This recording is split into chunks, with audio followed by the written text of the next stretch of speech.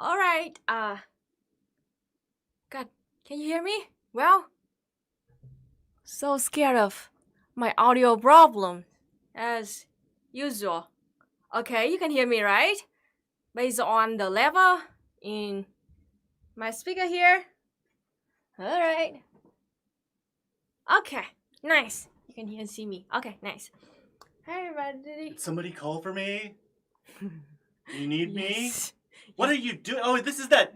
Stop trying to touch me, you tanky. This is that tanky stream. I want no part of this stream. You're that... No, don't stop trying to touch me. I don't let tankies pet me. Jizz. Hey, stop it! I see that tank on your wrist. I see it.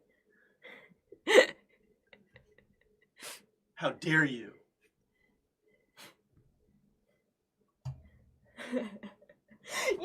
Authoritarian! Come on, give me. Okay, this is the Anna Let Kitty. go of me! Unhand me! How dare you! Today I will try to be Anna Kitty. I don't know that I can do that or not, but just try. Why not, right? I don't know what to do actually. It's kind of complicated. Okay. Hi everybody, welcome to my MOONCAST. Oh, I need to be in the center of the camera. Easy, didn't help me with this. Alright, okay, that's it. Sounds good. Fine. Okay, today I will try. Oh, I put my leg up because I love putting my leg up and live stream like this. There's only one leg. I will. This is, of course, this is correct Q&A. You can ask me question, and also today I will try 3D designing. It's called Blender.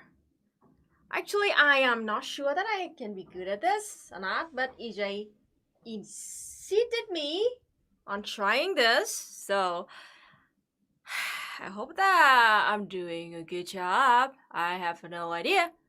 Now let's let me check the chat to see if you have any question for me first.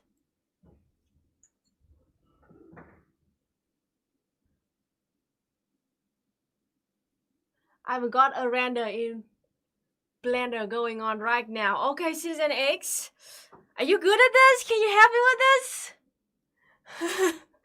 I just saw the basic, but like this too complicated. This software is just so freaking complicated, and it has so many things that I don't even know how to do it. So like for now, let me show you those.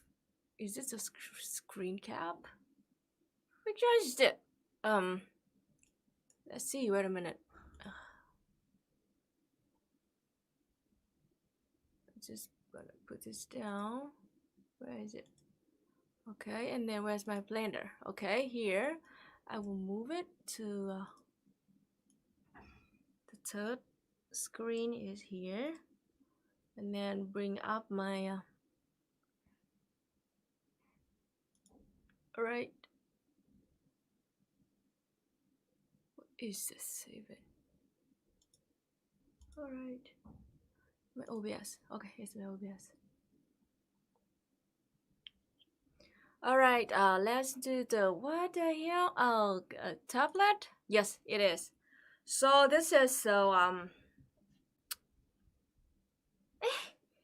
got me the tablet, but he didn't get me my pen.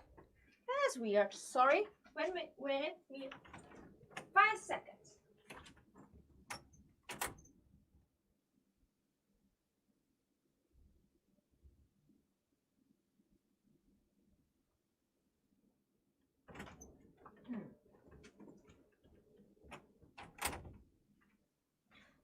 This is the default sculpting mode. Oh my gosh! I almost spilled water all over my desk. Ugh.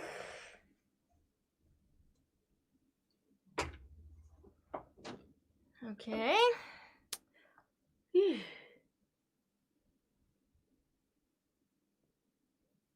So I did watch some tutorial videos on YouTube about how to use this Blender, and I've been trying it for 3 days. I know just some basic stuff, not like real like mastered it, not for years, I'm sure. So this is a basic. Let's see. Okay, so it's like this. I don't really like this when I don't have my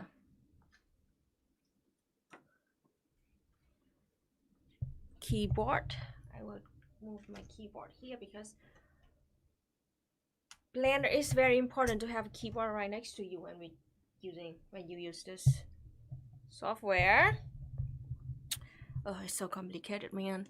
So let's undo this, and should I tell you some basic stuff for this? Such as like if you push G as if we go to where's the layer? Let's go thing genre and then go to layout. You can see the object here in the layout, and then we want to move it. You can push the button G like for grab, and then just move it around like this. Okay, let's move it back, and if you want to rotate it, push the letter R for rotate, and then it's sphere, so you might don't see any change, but actually it's rotating. Okay, back, and then scale. S for scale is to make it bigger or smaller. That's very basic. And then go back to sculpting if you want to change the shape of it. Okay, now let's see.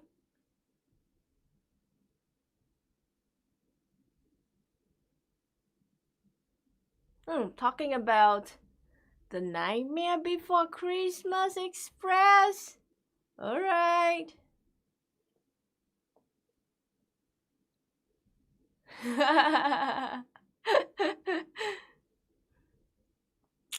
Citizen X, do not look right at me and ask for my help. I feel seen. Yeah, please help. Hey, this is my real question. So sphere is a very basic shape for sculpting, right? And what if I want to start sculpting on a square or a cube? How can we do that? Because here's the thing, I try change the subject here in the layout mode. Shift A, add mesh, and there's a cube. Okay, I can move it out for you to see it. It's a cube, but when I move to sculpting mode, it can be that sensitive as a sphere. So I look at this. Choose this subject in the layout. Do something like I can see.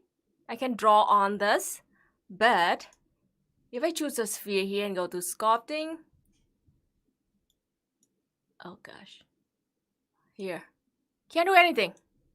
I try to turn on the object mode, all kind of stuff that I can, but it still doesn't work. So it means that if we add an object in the layout, we can sculpt on it or something.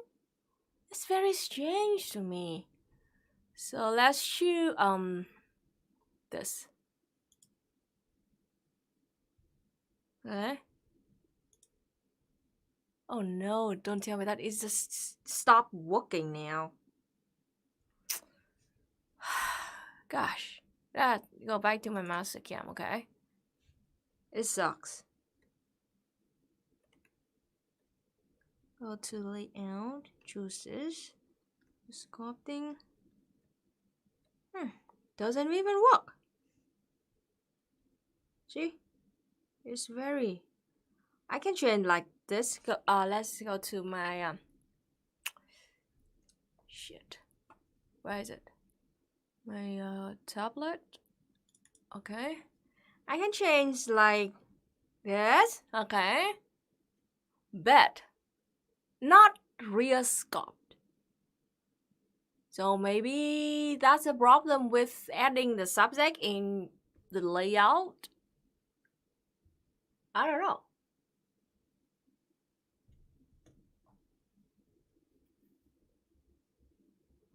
Okay, the sphere has many points. The cube only has 8. Oh, I see that. That's why, right?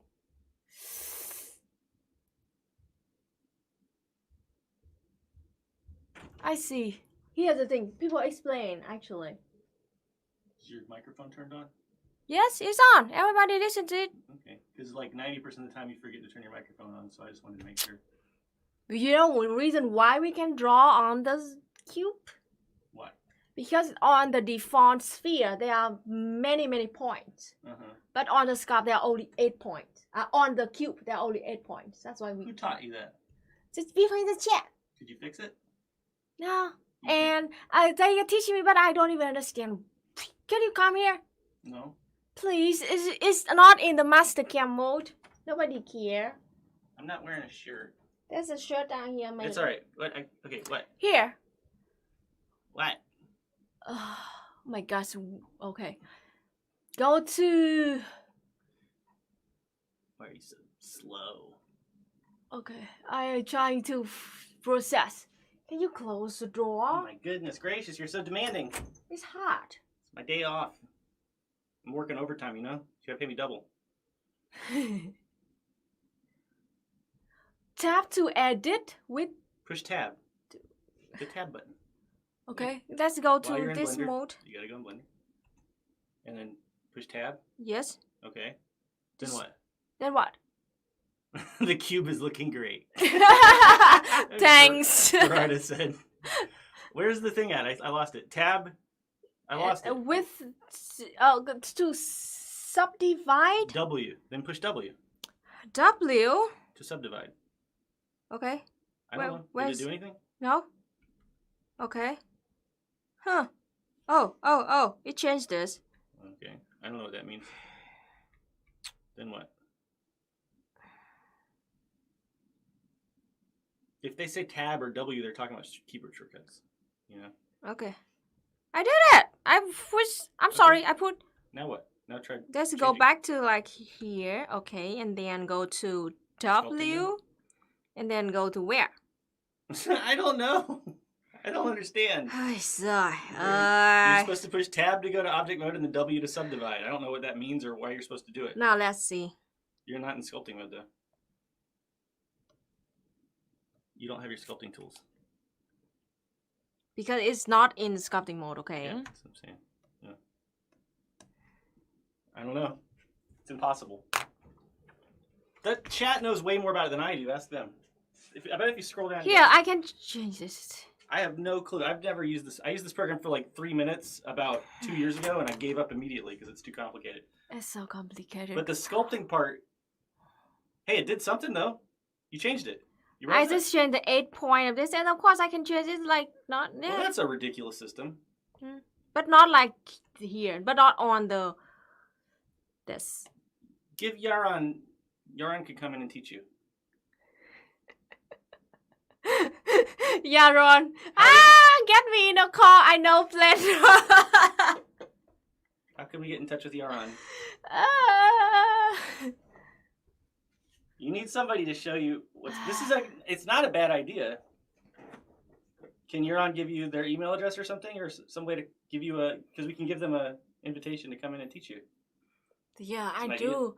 No, please send me the email on my lunaoi.channel at gmail.com. lunaoi.channel@gmail.com. Yes. Luna can check it out and wait for that email. Yes. And then while we're waiting for that, you can do a Q&A.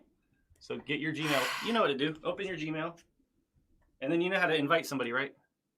Just send the link, right? Well, no. You got to send them this secret link. The secret link. All right. It's copied now. So just go to your Gmail and wait for that. I don't know. Just a thought. I'm off duty. Seriously, I feel kind of sick. I'm going to take a nap. Yeah. F off. Have fun. You're such a jerk.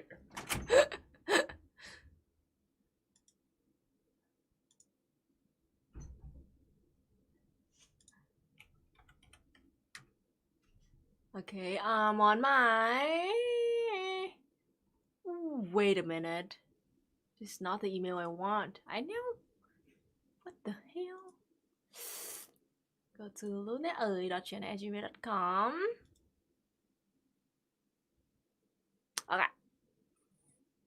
have no idea what I'm doing right now.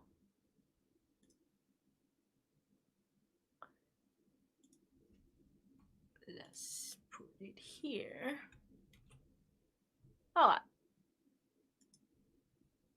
Go back to my master camp. Actually, I can start from a sphere, but I just want to know the answer. Like, how can we do that?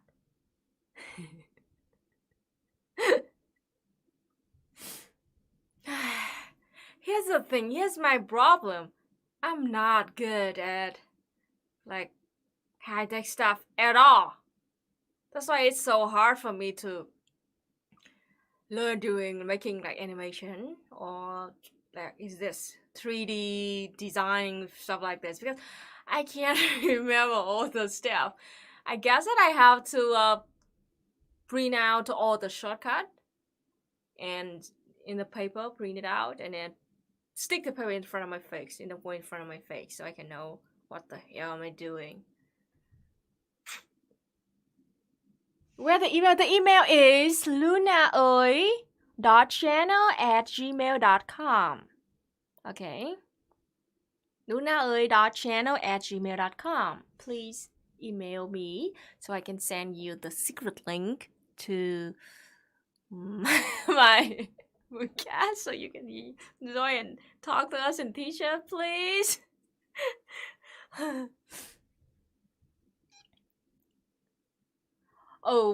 Perfect English. Okay, your English is perfect. All right. What do you think of China? Will Vietnam reconcile and form a united front against American aggression? As the answer nearly in all of my broadcasts, my MOONCAST. First, I don't want to give you any like professional answer about China, because the fact is I don't know much about China. All I know about China is just from the Western propaganda news outlet that you already know, and also from Vietnamese perspective about China. So I don't have any insight about China. I don't know any comrades that actually from China and openly talk about China. I don't know. And I know anybody. So as far as I can tell you about China is like China and Vietnam are not really good comrades. I'm talking about the government, okay? Because China now the generally speaking, Vietnamese we don't like Chinese government, mostly because of what they are doing with the Vietnamese at our islands in the south of Vietnam, and what they are doing with the seas that like 4 or 5 countries are sharing, like Malaysia, Indonesia, Brunei, Vietnam, Philippines. Yes, 5 countries. So we don't like what China is doing with that sea, with those islands, and it's fucked up. So I believe that you might heard about the South China Sea, right? It's a lie. It's only a lie that got made up by China, because there's no such thing South China Sea. And if you go to Google and try to Google South China Sea, and you can see the 9 dash line that look like a tongue, something like that. We called it the cow tongue, because if you look at the map of China, it looks like a cow with the 2 horns. And the tongue is like the South, they call it South China Sea, and it's so fucking stupid. You don't need any basic knowledge about map and geography to see that map is fucking ridiculous, okay? And they mostly like claim all the sea that belong to the 5 countries that I just mentioned, that belongs to them. And all the evidence that they got was from a genre in, I don't know, few hundred years ago or something like that. I know exactly. I don't even fucking care. There's evidence is so fucking stupid. They had no document.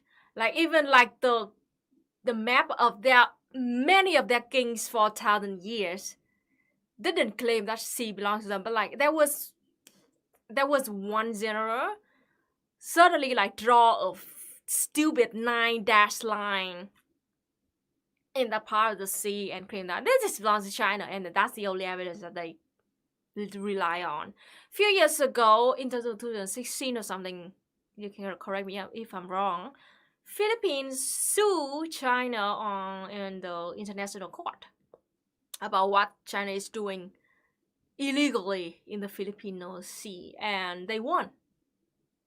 And China was forced to bring all the militaries out of that part of the sea, but they didn't give a fuck. So it's shitty. So mostly Vietnamese people hate Chinese government because of that, because they are invading those islands, our islands. They are building airport, and like they are sending like armed vessel all around that place, and they don't say why, the real truth about why they are doing that, but we have many guys, but the most strong theory is the part of the sea that part of the sea has a lot of oil, but we cannot take the oil up because like the geography of the sea bottom there is very dangerous and not stable enough. We need like really high technology to do that or something like that. But like China, they just want to take over the whole place so they can own the oil in the bottom of the sea, under the bottom of the sea. And the second strong theory is like that part of the sea, those islands, it's like it is located in a very important location, because like it literally like it can work as a watch point to all 5 countries in Southeast Asia, and it's very dangerous. So if China can really take those islands and they can build like airports or kind of stuff buildings in that, it could be like a very like military checkpoint that like endanger the whole area, because like who knows what China can do, like they can bring weapons there. So it's all theory, so but it could be possible in the future. And based on our history with China for over 1,000 years, we don't trust China that much. We always have to be careful, be aware of what they can do and what they could do, and never trust them 100%. So that's like the biggest concern of Vietnamese toward Chinese government. Okay, so that's why we don't like China. We don't really like China. And yeah, so like in the outside, in the surface, Vietnam still try to trade with China normally, try to remain a normal relationship, because anyway we still neighbor, and China is still very important like market for Vietnamese product. But like we always prepare for the worst thing can happen. So yeah, that's it. So yeah, that's my take about Vietnam, about like generally speaking. And here's the thing. Here's the shitty thing. A lot of anti-communists, they supported Trump.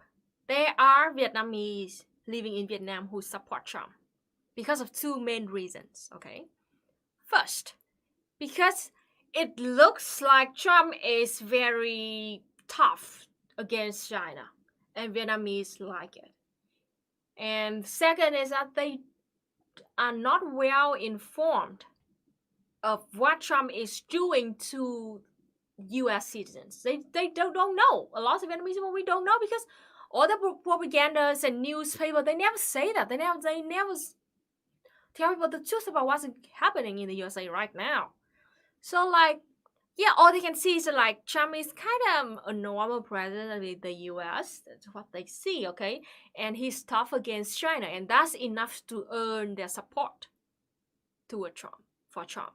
And that's really shitty thing about that. That's fucked up. But like, lucky that there are not many Vietnamese like that, but they are. Yeah, and here's a fucking stupid thing.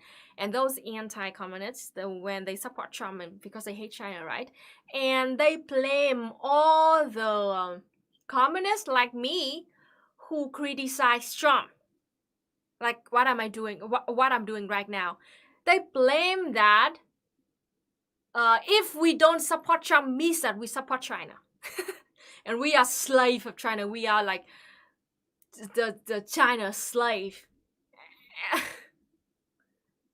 Yes, I got called China slave just because I criticize Trump. That's how brainless those anti-communist Trump supporters are. It's so fucked up. It's fucked up and it's very complicated, man.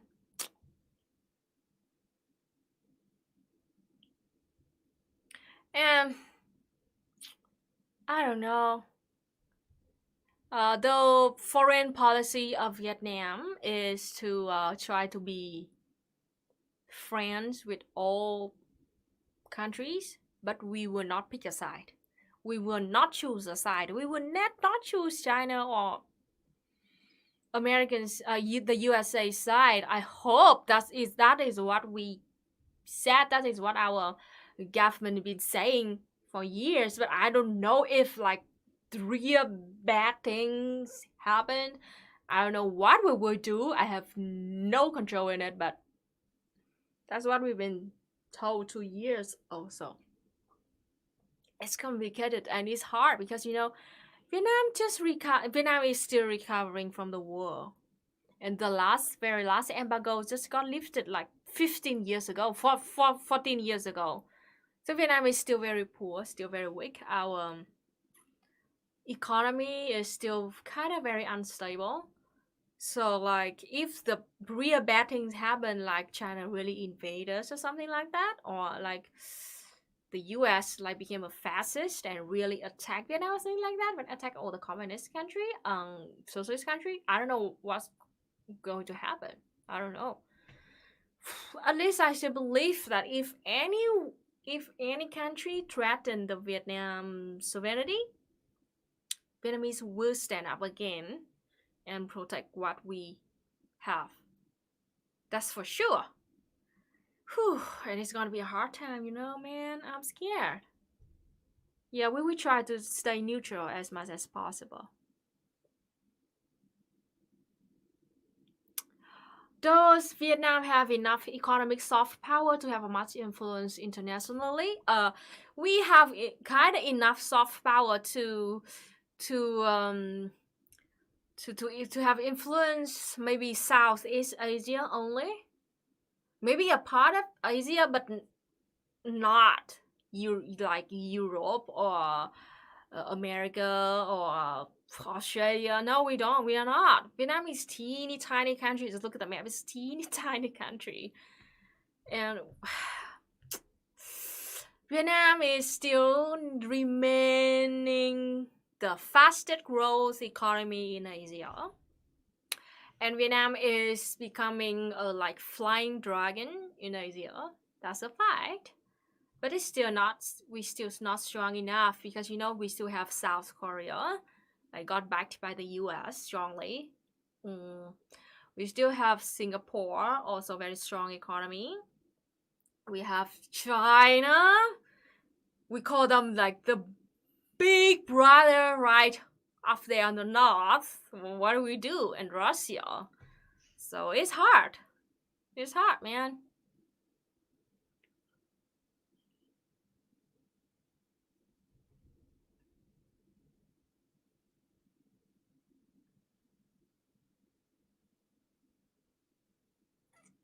Yeah, I hope China can see the benefit of concessions and make a united Asian front. It's hard because it is a fight. That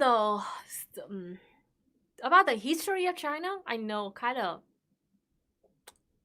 pretty much about Chinese history. Their mindset is like China is the strongest country. It's the biggest country, and it should be the central country. Even in their name, then their original name is Zhongguo, and Zhong means the center, Guo means the country. So they believe that like they are the central country. They should be the biggest. They should be like the bottom of the universe, something like that. And that mindset like been existing for a long time. It's not a modern thought at all. It's been existing for a long time. So as they believe, they thought that Vietnam should have been a part of China. Vietnam should not have been shouldn't been have been an independent country. Vietnam is supposed to be a part of China. Even though we've been fighting for 1,000 years to gain our independence, it's in their head. So like even like now, did you know that like the border aggression between China and India, between China and Mongolian and Russia, it's like that. It's like that style. They always try to like invade like quietly as much as possible. They always want to like stretch out and be bigger and bigger. Yeah, that sucks, but it's a fact. And here's the thing, like, do you know? Do you want to know the history back of Vietnam and China and Asia, like back to like 4 or 5 thousand years ago? It's kind of interesting. So about 4 or 5 thousand years ago, when like human beings still live in tribes, like there was no country or nations back then. So at that time, Viet people, we called it the 100 tribes. We mostly live in the north of Vietnam, and we live in nearly a half of the south of China. So like that's Viet people live there, the north of Vietnam and a half of China now. They live there. It was not like a conquering, It's just like they lived there. They started their life there. They started their tribe there. So about 2 or 3 thousand years ago, the first Chinese, what do you call it, kingdoms? Teeny tiny small kingdoms, right?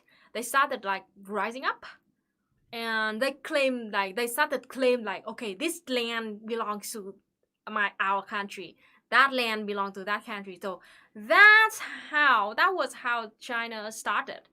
So like they started claiming this land belonged to them based on nothing, based on this military force. That's it. And then they forced those Chinese, like the ancient Chinese. They started from the north of China, and then they conquered to the south, and they push Viet people further south. So that's why like Viet people now living in Vietnam now, the really further south of that peninsula. Yeah, and then they conquer, and yeah, that's how really the Chinese like started, and Vietnam started the nation, and that's why now Vietnam and China shares many ethnic minorities. So just like Hmong people, we have Hmong people in Vietnam, Hmong people in Laos, Hmong people in China, and they call it Mao people. Yes, they're like cat people. Yeah, they started from the same root, and then they got separated for 1,000 years because of the China and Vietnam and Laos, something like that. So it is how it started. So as they for about 2,000 years ago, there was a kind of strong king in China. They conquered Vietnam, and they won. And then for generation and generation, like Vietnamese people rose up and fought back, like had our revolutions against China, and it lasts for 1,000 years until like the 10 or 11 centuries. That was when like Vietnam really kicked China out of our nation and started an independent country. And then in 14th or 15th century, China came back and they conquered us for 20 years, 27 years. And then we rose back again. We fought back again. And then, yeah, until now, we're now still an independent country. But like, if they really want to talk about history, 4 or 5 thousand years ago, Viet tribe even owned like a half of China. So what do you think about that? Oh, okay. People email me. Let's see. Let's check it.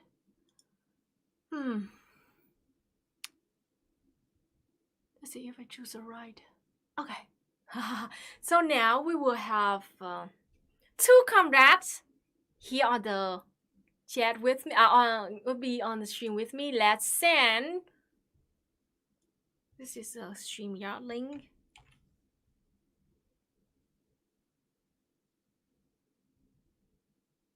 Turn it off. Go to.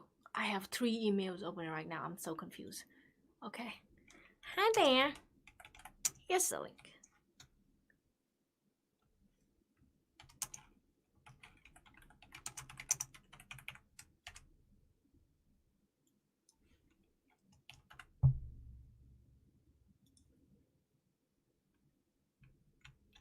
Okay. Send to comrade number 1 and here comrade number 2.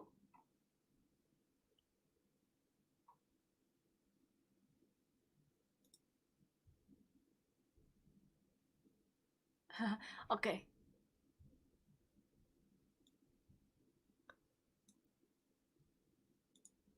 Okay, Yaron, I just sent you the email back, and Red ticks it. If you want to join the stream, you can click the link here. I will send you the link anyway.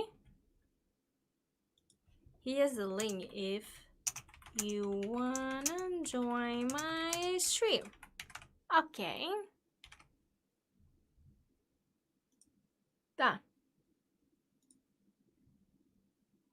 Hello from Japan. Hi there. Really? You're living in Japan? Nice. What's going on over there? I'm just curious about the COVID-19 situation in Japan. Have you controlled it yet? How many cases you have now?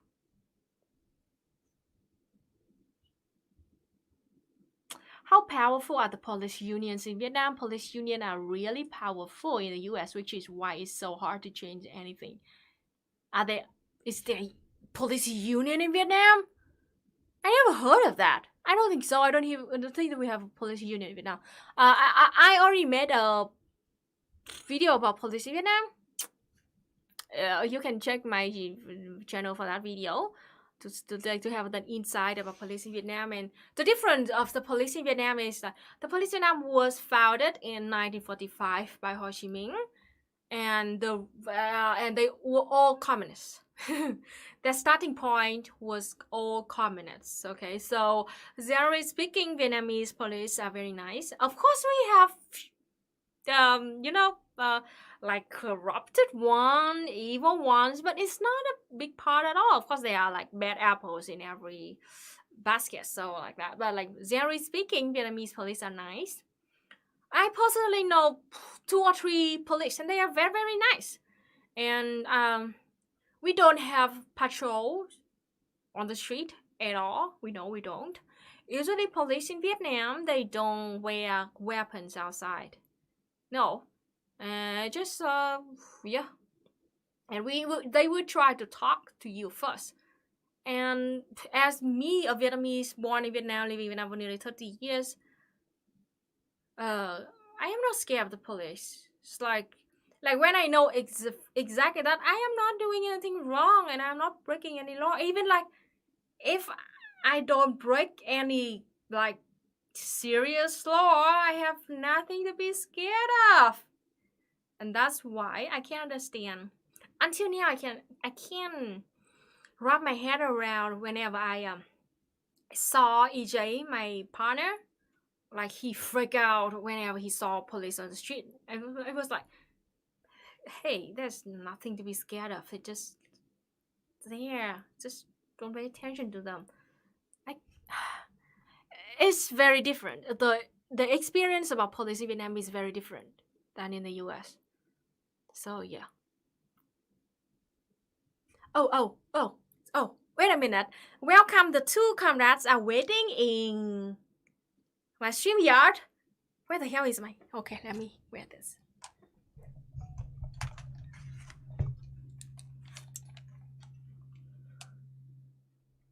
Okay, hope that this works. Okay. Now let's bring our comrades. First, Yaron. Hi there. Wait, hello. Kia ora. So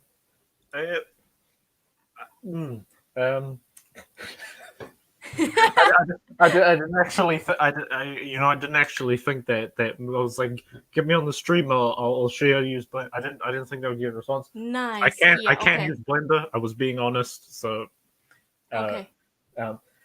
but yeah. So you're wondering how to get subdivisions. There's like a couple ways of doing it. There's Oh, the okay. slow.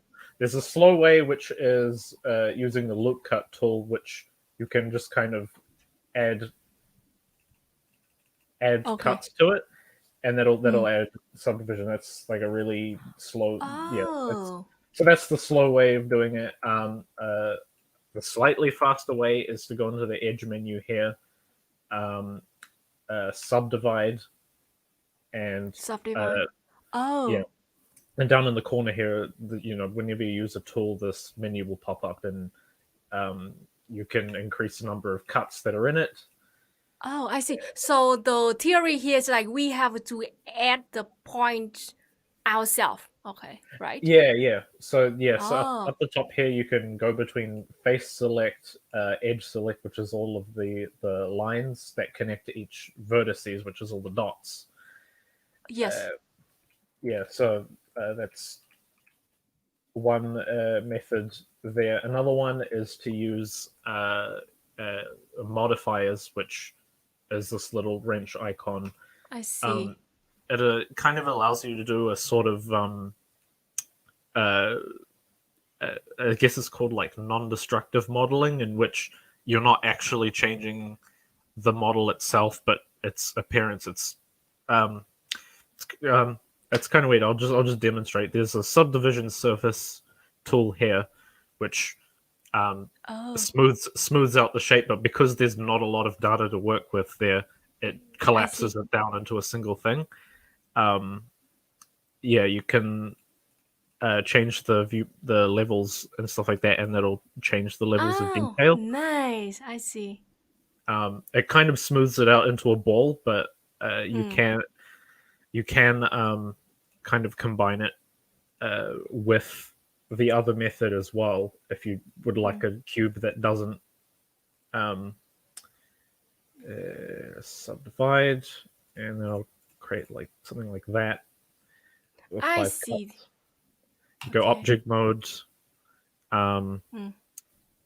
and subdivision surface, and then you'll have like a cube that has, I don't know, smooth edges. Nice. Got it. This is exactly what I want. Thanks. Oh my gosh. Oh my gosh.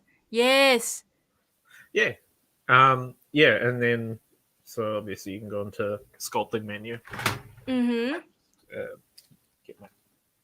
And just kind of wait, let me get a tool that does more than that.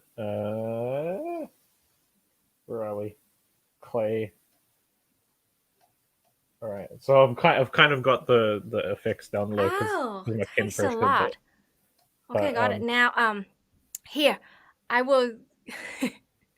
I will try to do my screen share, and you can please teach me how to do it. Let's go to. Wait a minute. Oh, there's one more thing that I just wanted to quickly talk about. Okay. Okay. And that is down in the corner here is this thing called DIN topper, or dynamic topology. Yes. Yeah, I know that. Yeah. Yeah. Oh, yeah. Sweet. So yeah, have that turned on, and oh yeah. yeah. Sometimes it'll do things like that.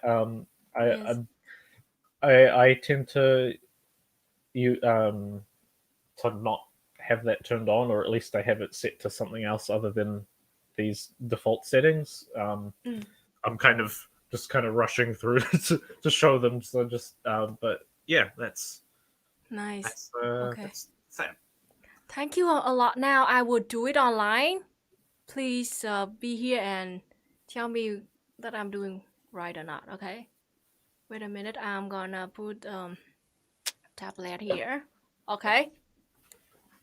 This is it. So should I go to layout and have a new? Yeah, I kind of don't like this. I want to delete it, and then I will add. I delete it too, and I will add a cube here. Okay. And now what do I do to go to object mode or something? Thank you. Edit mode. You can just hit tab is the quick way to get into edit Yes. mode. Okay. Edit mode. Okay. And And then. then you can go to the edge menu up the top. Third, Where is it? third last one. Edge. First, No, Where? third last. Here, Edge. Yeah, edge. Okay. And subdivide. Subdivide. Oh, I see. Yeah. Okay.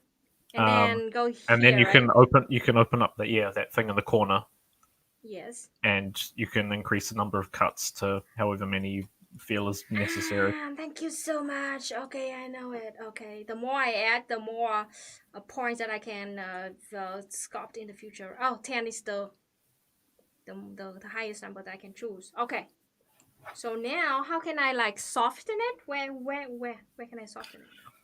So go back into object mode. Okay, back to tab, right? Yeah.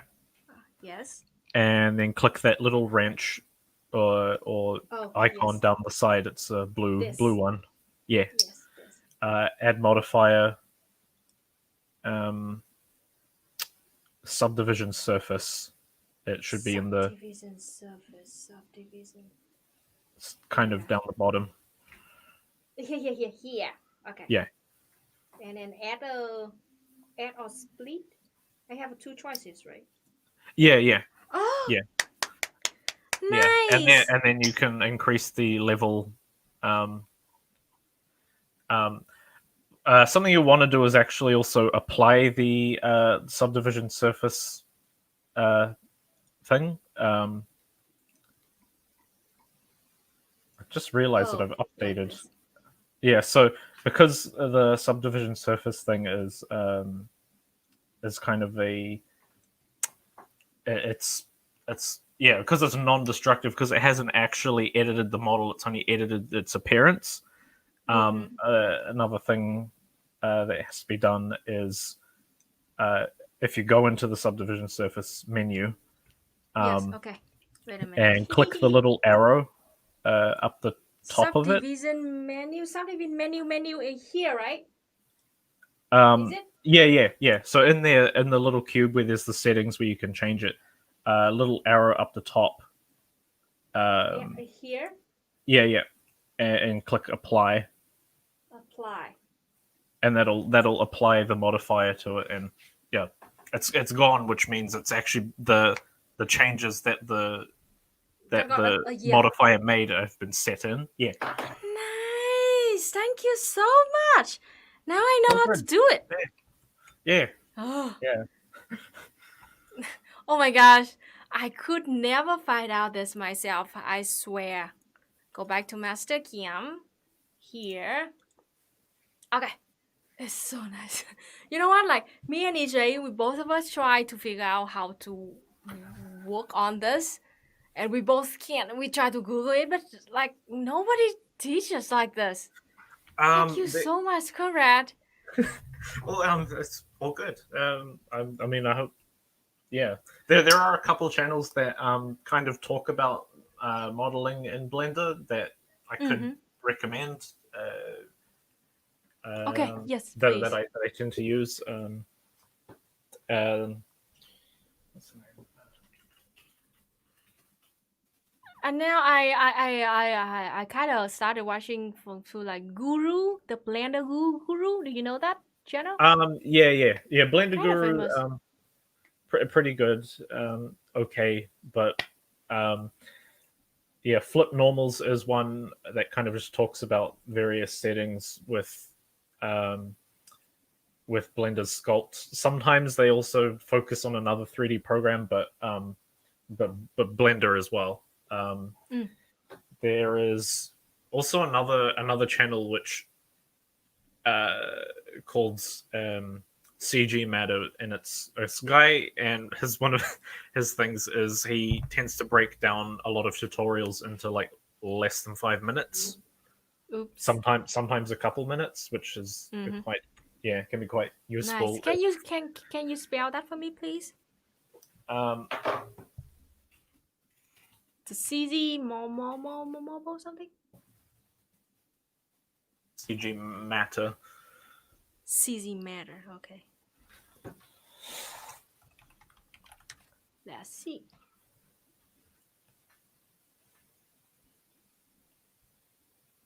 Okay, I will check them out. I will check them out very soon. Yes.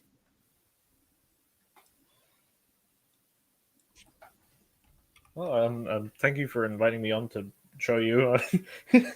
Yes, thank you so much. Thank you so much for having me.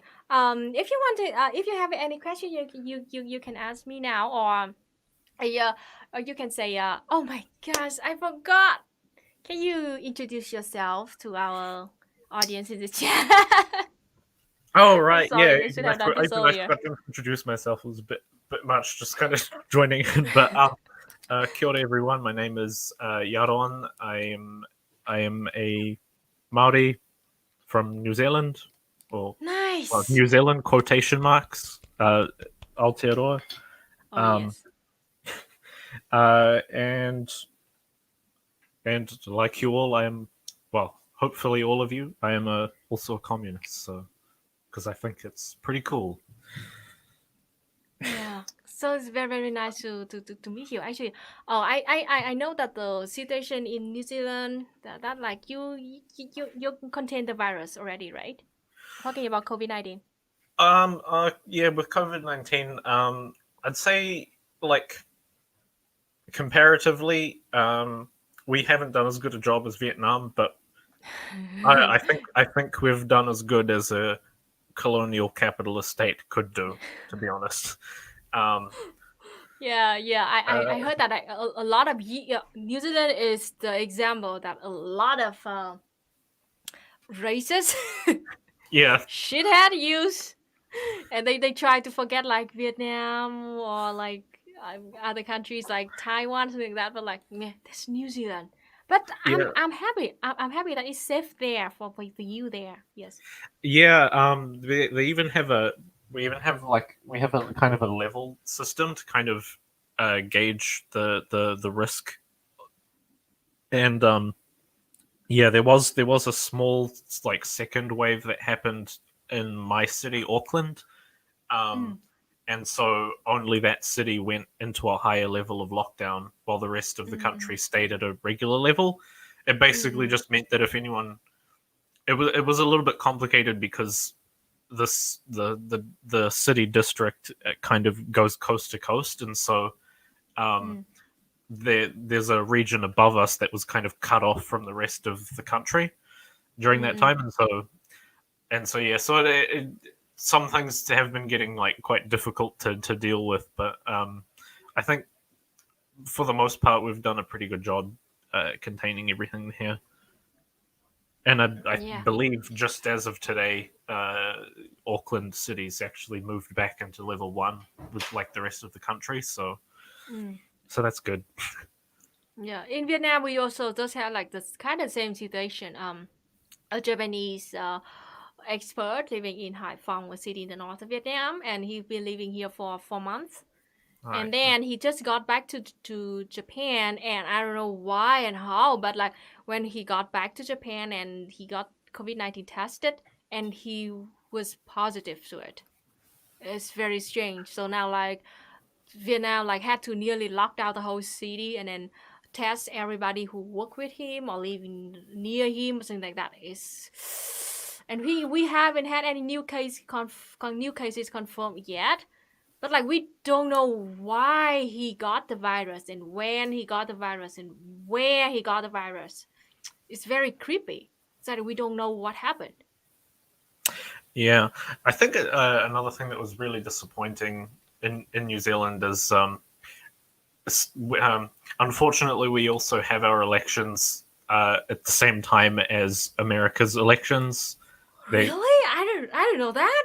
Yeah, so yeah, our election, we're having kind of I guess, an advance voting thing where people like voting is going to be continuous for the next couple weeks until the 17th. Mm. Um, yeah, and but yeah, there's a lot of politicians, especially a lot of the right wing shithead ones who are like, oh, if I was in control of the country, I would have opened up the economy sooner. It's just like, yeah, and you would have killed everyone. So thanks. Who is the worst candidate in your Um, opinion? So, well, we have parliamentary elections where we vote based on parties in parliament rather than a presidential one. Yeah, our worst of the worst is our National Party. They're pretty much the same as they're like the Tories over in Britain, the Conservative Party. They're kind of like them. They're the big centre right party. Another one who's even worse is the ACT Party, and it's kind of disturbing how popular they are because they're kind of an ANCAP party. Oh gosh. Yeah. I hate ANCAP so much. Yeah. Thankfully, they're quite unpopular and they never get 5% of the vote, and so only one candidate usually gets into parliament. But we have, I believe, 120 seats in parliament, so yeah. And yeah, even worse is there's been a lot of new small parties popping up this year as well. There's the New Conservatives, which are even worse than National because they're hard right rather than centre right. Yeah, and their policies really do reflect how hard right they are. They're terrible people. Marcos Felipe Trevisan said, ANCAP party? What the fuck? Yes. Yeah. It's it just kind of makes me shake my head as well as that. Most of the, well, in fact, all of the right center and center right parties have a tendency to have very little respect for Maori as well. So yeah, oh gosh, yes, that's shitty. Yeah, I want to ask you about that. Like, what's the situation of Maori people over there? What are you being treated? How are you being treated? So a lot of like settler originated New Zealanders from like England and stuff, they have this tendency to say that that this country treats its indigenous people way better than everyone else. But like, while it is true to like a certain extent, it's like, while it is better, it's just like, well, eating sand is better than eating shit. It's like it's not much better. Yeah, it's like, for an example, we make up about 15%, 15%, 15% of the population, but around about half of the prison population, which for any Americans should sound very familiar.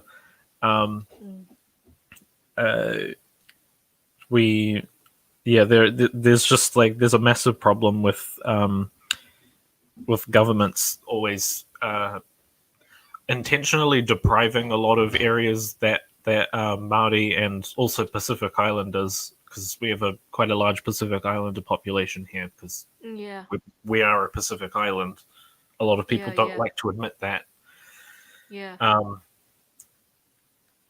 So a lot of the places where Indigenous people live here tend to be economically deprived, and not allowed to succeed. Essentially, they. Oh my gosh. Yeah. Do you have representatives in the government? Yes, we do. We have within the parliament. There are, I forget how many seats there are. I think there's like 5 or 6. There's 5 or 6 seats that are dedicated Māori seats, because there is 2 different types of electorates. There's the general electorate, which is basically that's the electorate that everyone can vote on, but the Māori electorate is the one that only Māori can vote on. But it's kind of disappointing that we get like 6 or 7 seats in a parliament of 120 people. Oh gosh. Māori can and do run in the general role as well, but obviously only within their parties that they're in, and Yeah, that's like theoretically you can, yeah, but in reality it's super hard. I know that's a problem. yeah, we do actually have like a treaty that the government here tries to pretend that it is continuing to uphold, but it never has. Um, yeah, ever since the signing of the treaty, which was back in 1860, I believe, no, Okay. 1840. Okay. Um, yeah, pretty much immediately after that treaty was signed, they there's the controversy over the treaty is that there were two different versions. There's the Maori version, which Mm. very explicitly says that we retain full sovereignty over all of our Mm. lands, Mm.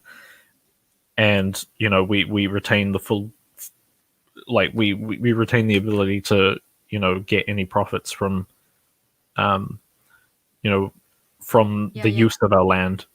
Yes, yes.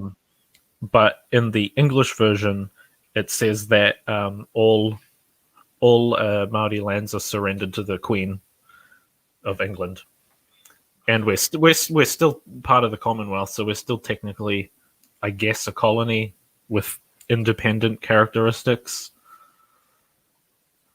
It's Yeah. yeah, Yes, I heard about that. It's the same to. I don't know. I kind of curious. I'm kind of curious about Canada too, because Canada also like now still like swear to be loyal to the England Queen, right? yeah. It's so Yeah, strange. I'd say Canada's probably a pretty good comparison. Um, yeah, people often like kind of joke and say that that um, that that that we're like the Canada to Australia, and it is kind of true um, in that we have a very liberal, happy face, but we treat our Indigenous people like dog shit. Yeah, Yeah. I mean, like, I feel so lucky that in 1954 we kicked France out of our country, and 1975 we kicked American out of our country, because like if we didn't do that, Vietnam would end up the same now, like, but like even, of course, way worse than New Zealand or in Canada, because like we definitely, our local people, we really be treated like shit. It yeah, sucks, man. It sucks. Hey, and yeah, send my love to all of the Maori people there in New Zealand and all indigenous people in all the other countries in the world, because Vietnamese people also share kind of the same, the a part of history, but we just got lucky that we won the war and then we kicked them out of the country and we gained our independence. And I know that there are a lot of many other places that didn't have that lucky, and I don't know what to say. I mean, I still hope the best yeah, for you all, and yes, I do hope that Canada and New Zealand can like just I don't know, like loyal to the England Queen, a 90-year woman that almost died. I don't yeah, see any purpose of having a royal family in any country in the world for now. What the fuck, for what? They're just like yeah, leech. They're sucking people's money and that's it, and leave on the people's tax. yeah. And the worst part is the Queen doesn't technically have the same like powers that she did back when the British Yes. Empire was a thing. Mm, mm, Um, exactly. So she's stupid. a symbolic figurehead, but like she's still technically our head of state, which is like it just yeah. Um, All I can see is just like waste. Such a huge waste of money. yeah. Thankfully, like not a lot of our like revenue goes to actually paying taxes to the Queen, but yeah, it is kind of it is really dumb that that's like still a thing, and like people always there's always conversations about becoming a republic, but at least in my personal view, I don't I don't think that we kind of deserve to become a republic until we're dedicated to decolonization, which at the moment we Yeah. are not, Yeah, or at yeah, least the exactly. country Yes, itself you're is not. right. Yeah. Yeah. Um, I mean, it sucks. I mean, like now Canada and New Zealand still like admitted like to the colonialisms. yeah. Also, another thing I forgot about at Parliament and the parties running is there is another party called the Public Party. They, Public party. yeah, Mm. yeah, they their claim is they would like to uh, give all of the give direct control of the government itself to the people, which like communist little ears hearing that perked up, and then I looked at it and immediately it became clear that it was literally a QAnon party.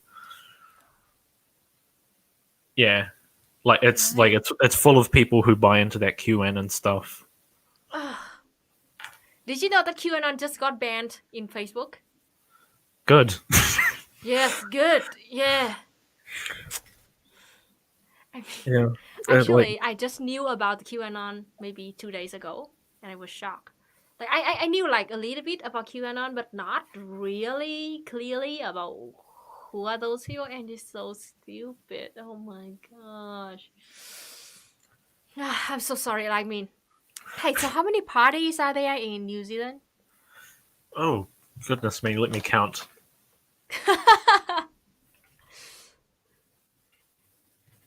There is I'll go to the site that it has like a list of them. Oh my gosh. As far as I know, in Israel now, they have at least 15 parties. 15 parties. Can you believe that? And none of them is communist. It's a real communist. So like you have all the bullshit parties, but not the most important one. And in Yeah. Vietnam, we have the most important one, and we just don't need any other party else. And people call it authoritarian. Yeah, we have about 15 or 16 as well. Oh, so same situation in Israel. Yeah. And here's the thing, that one of our Israeli comrades said like usually like there are like 2 or 3 parties are too small. Yeah. Themselves alone cannot gain the power, so like they kind of got a treaty together. They like sign up together. 2 or 3 Yeah. parties run together. Yeah, Same thing happened in New Zealand. we do that here as well, where because of the voting system that we have, instead of it being like a majority rules first past the post sort of vote, we use another system called MMP, which I forget what it stands for, but essentially you get 2 votes per person. You get 1 vote for party and 1 vote for your local member of parliament. Really? So yeah. strange. Yeah, and so the ANCAP party, because they get less than 5%, they don't get to go into parliament on a party vote. They can only come in with a voting in of a singular member of parliament, and that's usually their leader. Yeah. Weirdly enough, he runs in like one of the richest richest areas in my city. But yeah. I mean, well, hey, I saw a comrade ask, what software do I use to edit my video? I use Adobe Premiere. I actually, like, me and EJ, we bought like a whole package of Adobe, and then we use Adobe Premiere or audio or illustration or kind of like that. But I actually found out Blender can actually do video editing as well. Really? Yeah. Really? Nice. Yeah. Okay. I don't exactly know how to use it yet, but it is a feature that's in there, and also 2D. It can also do 2D animation as well. Yeah. I saw that 2D too. Oh, I don't know the weekend.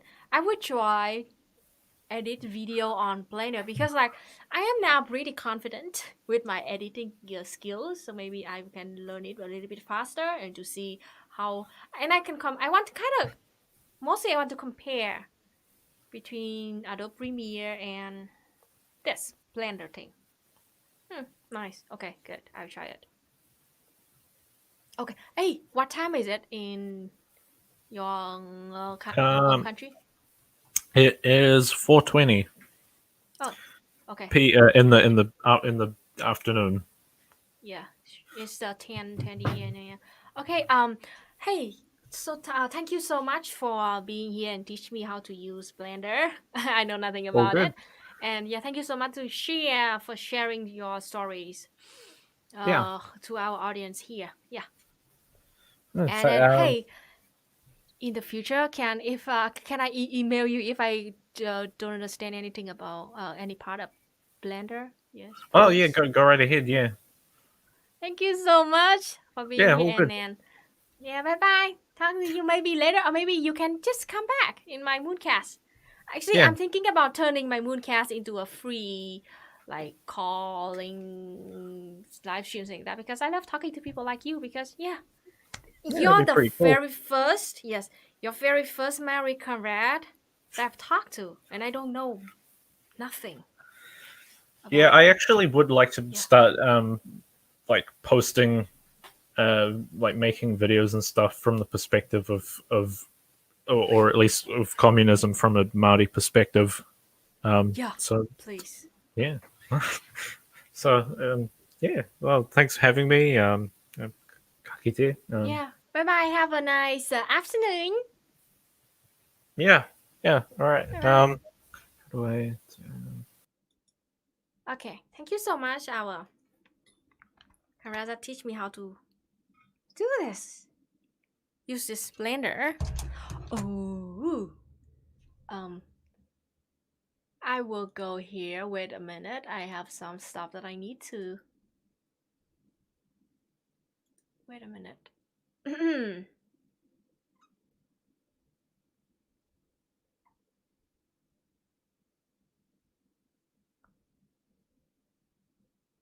Okay. Okay. I'm just checking the chat. Okay. And let's see if you have any question for me.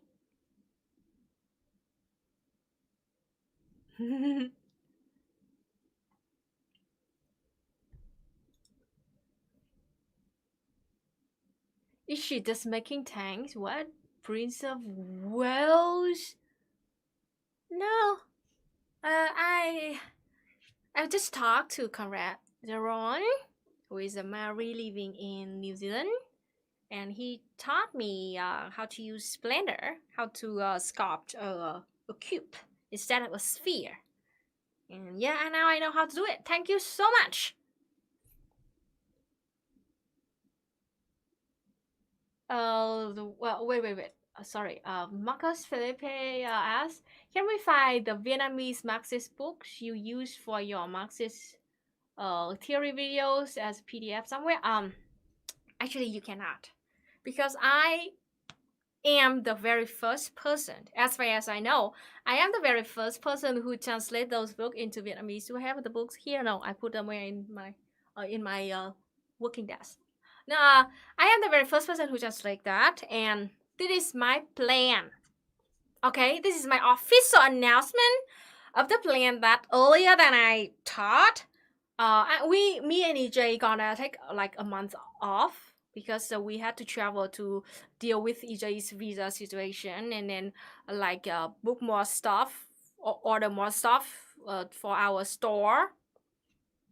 And also we also will spend that time on translating books and writing books. So I will finally spend, I don't know how long will it take, maybe the most 2 months on really translating that book into English.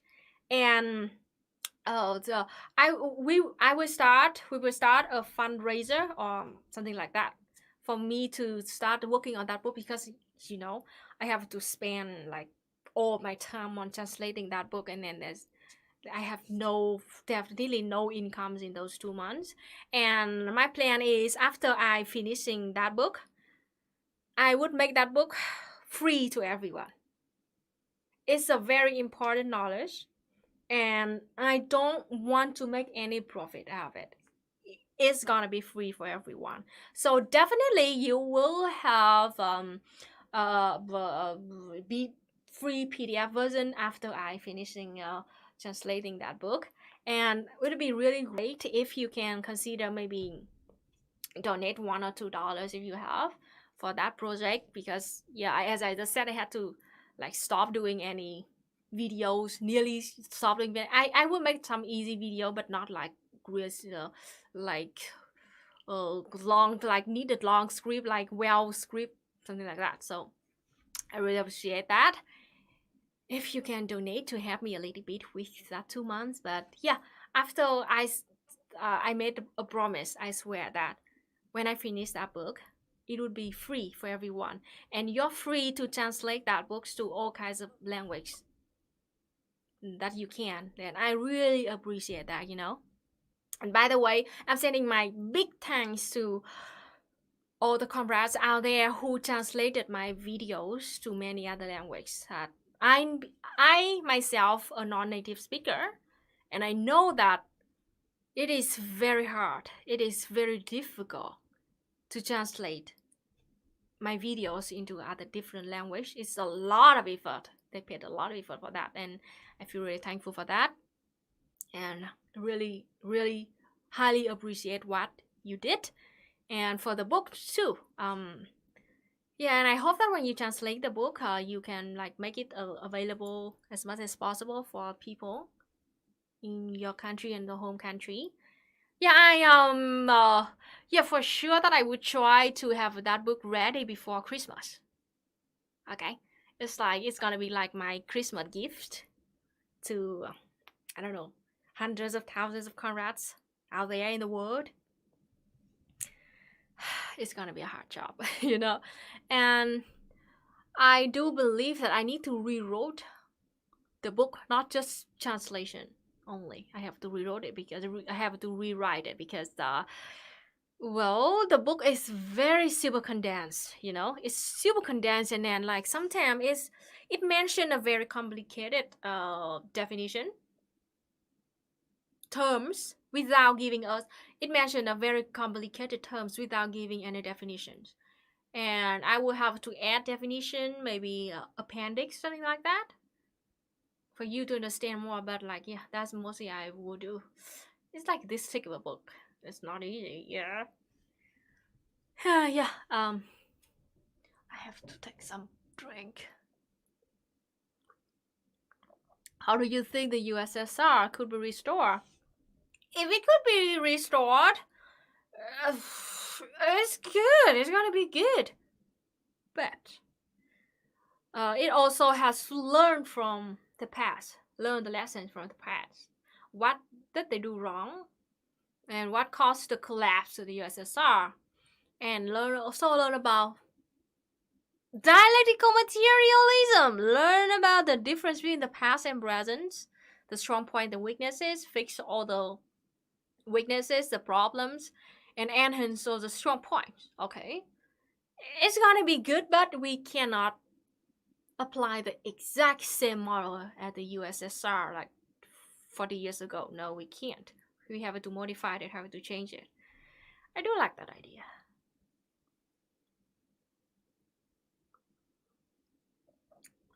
Edelman asks wait a minute. How did the Vietnamese electoral system work pre-đổi mới reforms? And how does it work now? Did it change a lot? Greeting from Northern California. Hi there. Hey, actually, I don't know much about the electoral system before the reforms. I just know that before the reform in the 1986, 1996, yes, 1996, we tried to build a full communist society. I don't think that kind of still the same, right? Because like until even now our electoral system is very hierarchical, and that's the thing I don't like about it. Vietnamese people cannot vote directly for our president. We cannot. Here's how it works, okay? In every district, people from the district will vote for the district representatives. Okay, and then the district representatives will vote for what do you call the provincial representatives. Provincial representatives will vote for national representatives. National representatives will vote for the National Assembly representatives. So something like that. So our population is 97 million people. Our National Assembly has about 500 members, with about 20, but not all of them are Communist Party. They are about, it changes every year, but usually there are about like 20 members that are non-parties. Okay, so like in a sense, Vietnam is not authoritarian because we still allow non-party members to be the representative in our National Assembly.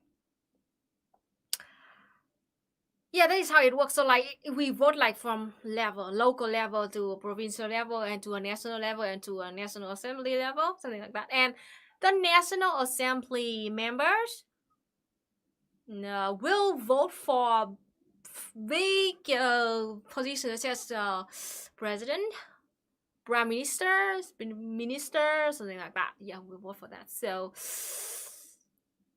that's how it works in Vietnam. Very hierarchical, and I do think that before doing my reforms, we also did the same thing. I need to read more about that.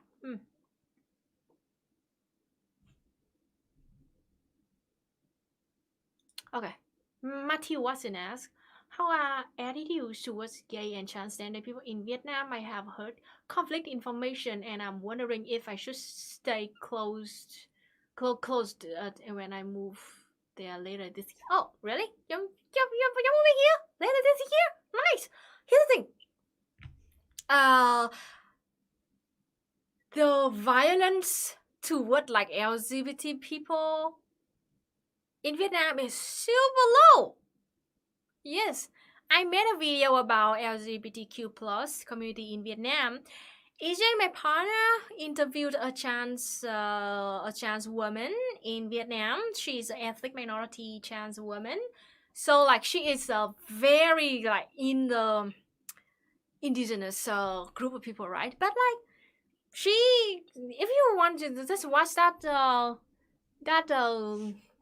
interview, she has pretty decent life, and then she didn't have got like mistreated badly or something like that.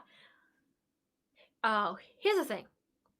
If you go to Vietnam, people will stare at you. That's the worst thing you might have to cope with in Vietnam. People will stare at you. But mostly because you're foreigners. Not because you're LGBTQ people. No. Because you're foreigners, and all foreigners got stared at in Vietnam.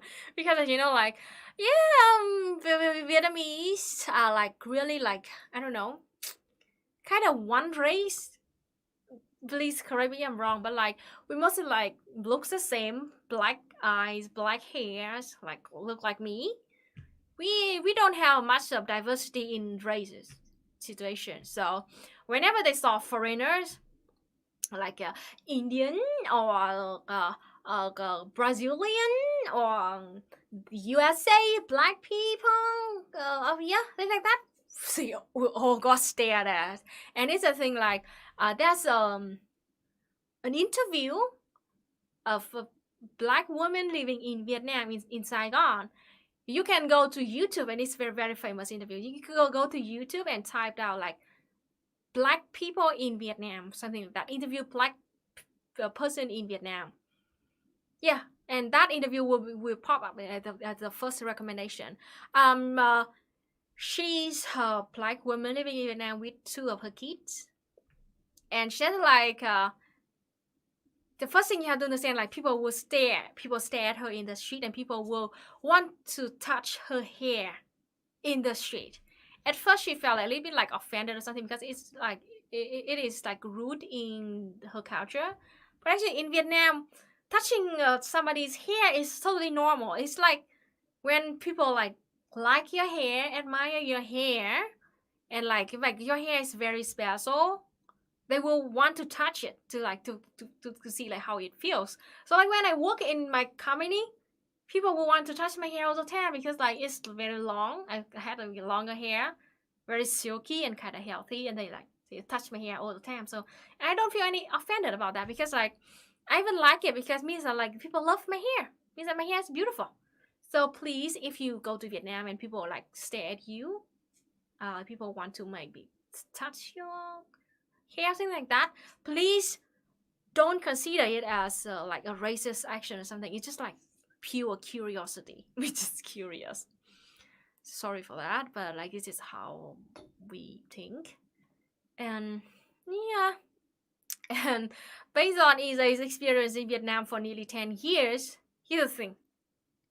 Go to Vietnam, old people will stare at you or like smile at you, and if you look at them and smile back, they will give you a really big smile back because like they surprise you that they got your attention.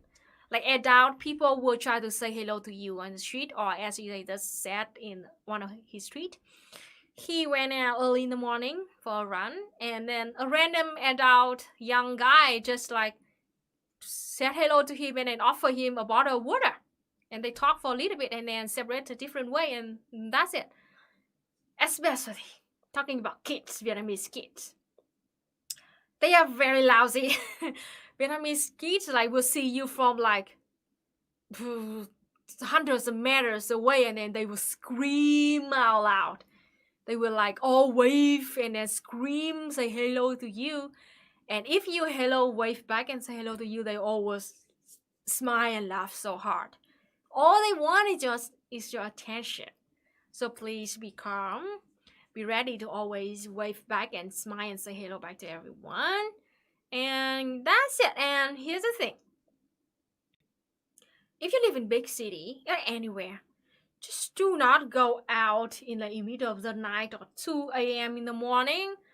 It's going to be very high chance for you to be robbed or like something like that. And it can happen anywhere in the world. It's not just in Vietnam. So be careful. Do not just go walk alone out street, empty street, dark at night in the middle of the night. Okay.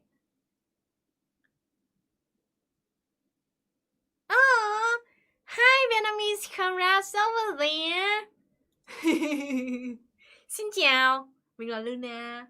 That's a Vietnamese comrade. That's saying hello to me. Yep. So, as I said, Vietnam is not perfect. We have so many problems. That's just corruption. We have a lot of corruption in Vietnam. Yes. Bureaucracy. So if you have to deal with people, work in Vietnam is pain in the ass. But generally speaking, we kind of a nice country, very friendly people, and you can be treated equally in Vietnam. According to that woman, black woman in the interview about Vietnam, she moved to Vietnam from the U.S. Even though U.S. is the country of freedom, according to them, but she found real freedom in Vietnam, a communist authoritarian country. Because in Vietnam, people do not treat you by how you look, by your skin color. If you're nice to people, people will be nice back at you. If you're being a shithead to us, we will treat you the same way back. So be careful with that. And you might hear a lot of expats.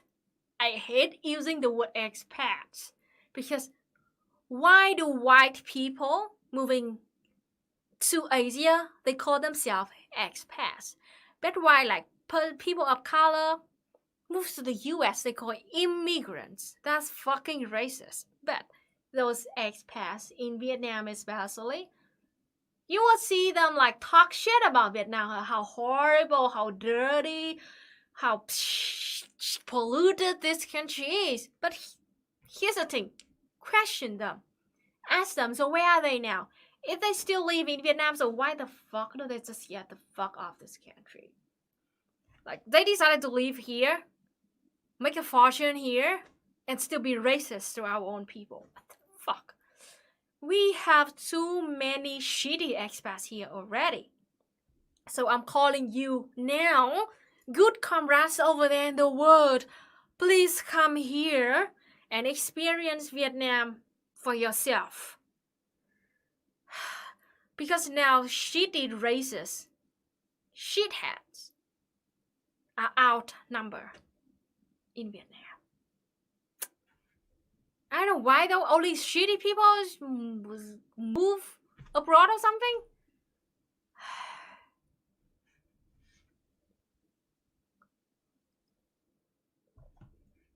What is expat short for? I don't know, but I saw some answer in the chat. They said like it's expatriate. Yes, expatriate. Yes, something like that. Expatriate. Okay. Thank you so much. I didn't know that.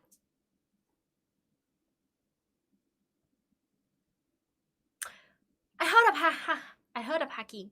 Yes, I know about him. I like him. Yes. And it would be great if he invite me to live stream with him.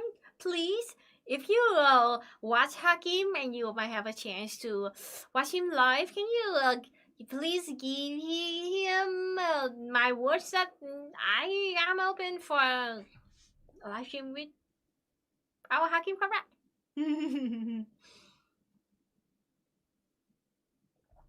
Luna, do you have any insight of Myanmar as a sort of neighbor? Western media portrays it as a militaristic hellhole.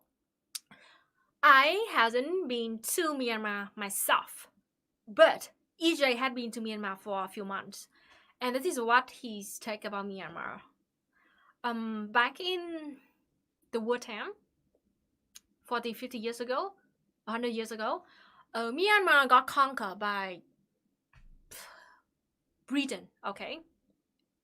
And the reason why Britain conquered Myanmar is just because Vietnam had a part of it.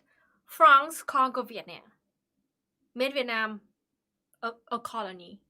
And at that time, Great Britain saw it as a threat. And this is like, okay, so we're gonna invade Myanmar. It's like to try to balance the power between France and Britain, okay? And they conquered Myanmar, and then they did care. They didn't care about Myanmar at all. It's just conquered and then be done with it. Like took everything out, and never invest anything in Myanmar, and it sucks. Myanmar is very famous for emeralds, like natural resources, and because like everything just got took out of the country. Raw material got exported out of the country. It's very cheap price. And Myanmar, because they don't have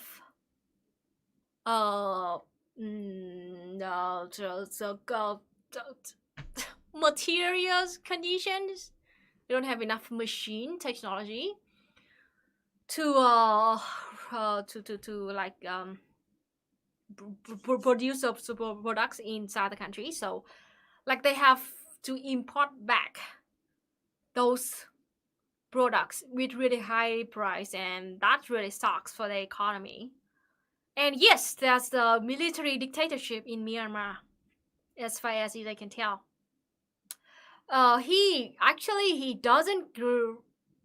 He's not a good leader.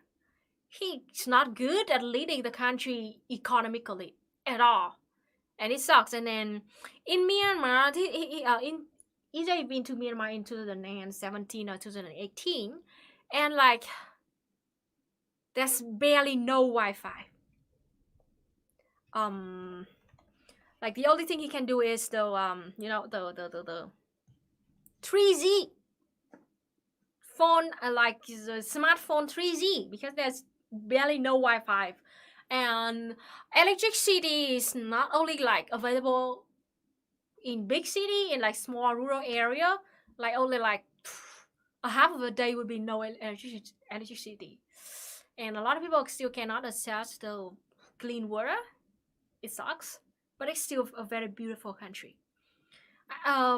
Generally speaking, we still haven't seen any like kind of bright future for Myanmar if they still like under the control of that military dictatorship. But if we can afford it, we still really want to go to Myanmar. It's a very beautiful country, nice people. Yes. But the economy is not really good and it sucks for people. Mostly because they got fucked up a lot by Britain. Because they just conquered them and then left them alone, took everything and left them alone. It's sad. It's very, very, very sad.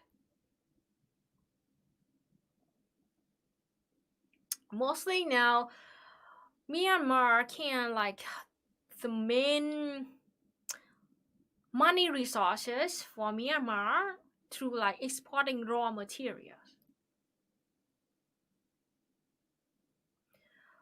There an environmental movement in Vietnam. Our National Assembly recognized that Vietnam's gonna be one of the top 5 countries in the world or in Asia that will have severe influence by climate change, and we did bring this issue to discuss in our National Assembly. But my criticism for Vietnamese government is like they don't act strongly enough. They need to do a better job. Even though we are now like trying to as you know, like Vietnam is super long country, and in the south of Vietnam it's like a kind of new land. It's like the delta by the Mekong River, and then it's kind of new land. And then now because the sea level is going higher and higher every year, we are losing land in the south of Vietnam, about 50 meters every year. And our government and a lot of organizations, they are doing like growing forests, the water forests in the south of Vietnam to protect our lands.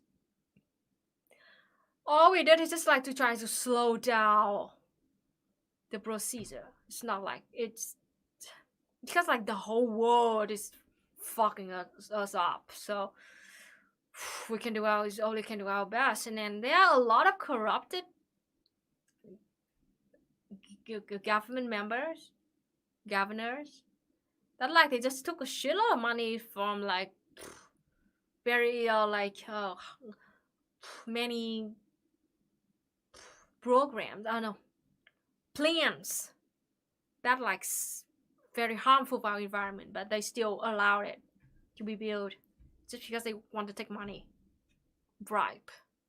It sucks. That's a fact in Vietnam. Even though Vietnamese people cares about climate change, even my mom and my dad care about the climate change, and they can see that the season is becoming more and more like unpredictable. It's colder in the winter and it's hotter in the summer, and it's kind of storm or flood in like weird timing.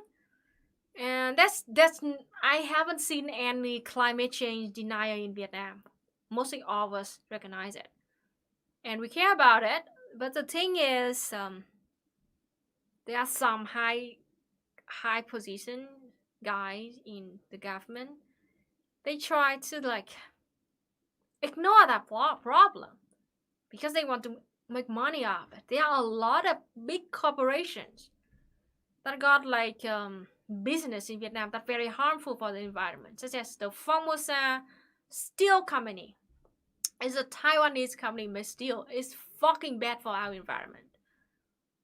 Yeah, and then they years ago they got a big factories in the central Vietnam.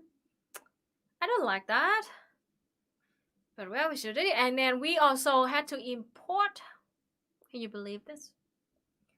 We imported trash to Vietnam from big countries such as the USA and Canada. the very shitty things that all the rich capitalist countries are doing in the world is like they don't pay any money on recycling the trash or helping the environment in the country. They export the pollution.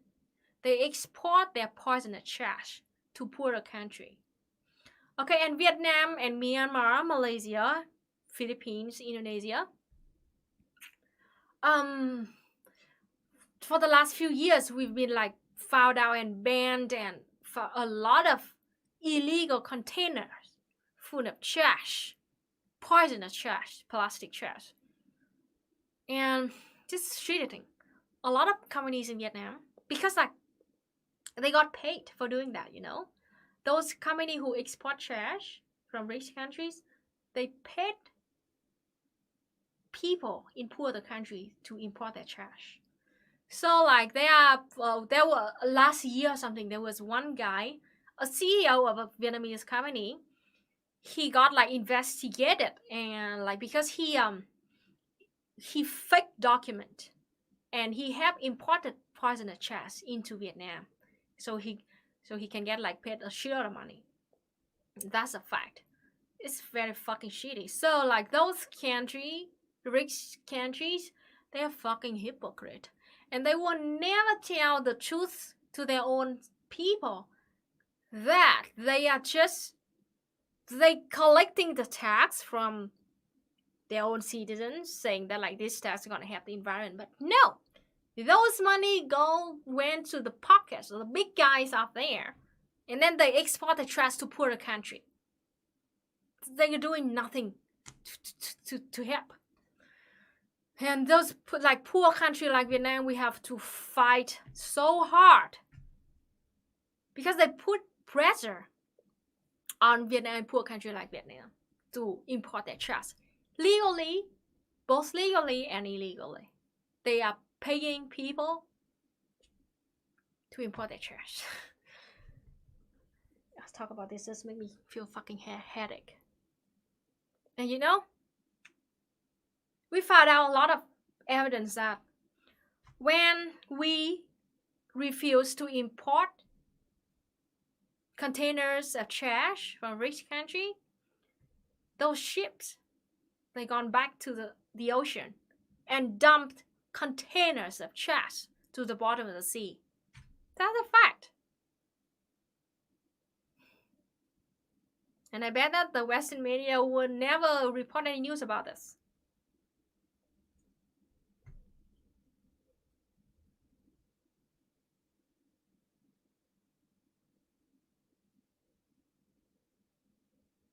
I'm checking the chat. Okay.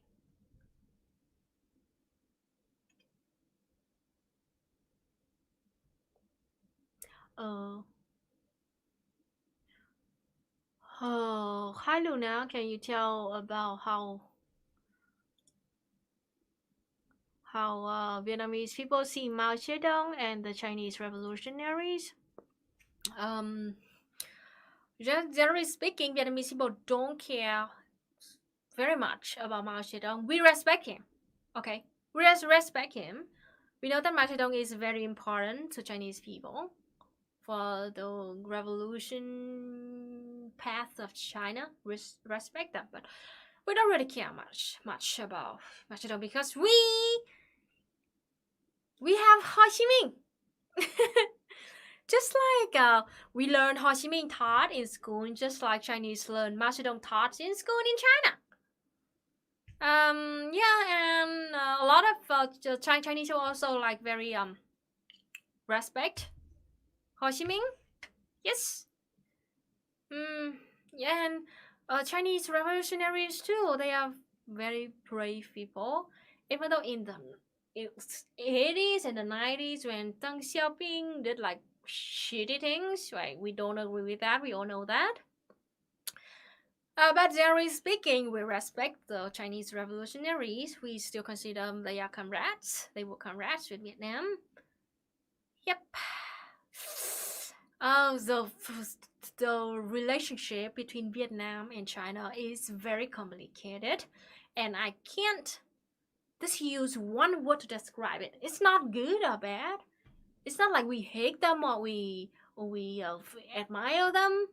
It's very complicated. It depends on what aspect you are talking about. Okay. So talking about the revolutionary history, we have comrades. Yes, they help us a lot. Even though we don't like Chiang Kai-shek, haha, we don't. We don't like Deng Xiaoping, yes.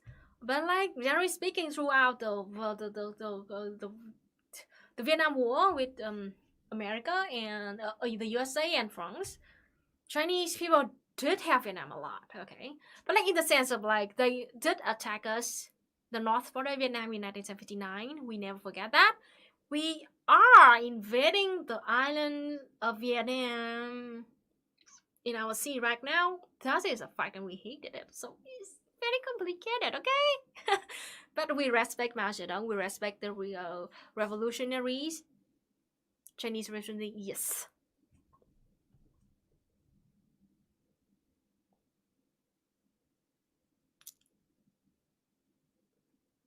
For example, do Vietnamese society cheat? How do Vietnamese society cheat? Like spiritually, religion? Yeah. We have Christianity in Vietnam. We have Buddhism in Vietnam. We have Muslim. We have the Balamon. It's like a branch of Muslimism or something like that. And in fact, we also have Hinduism. So we have freedom of religions in Vietnam.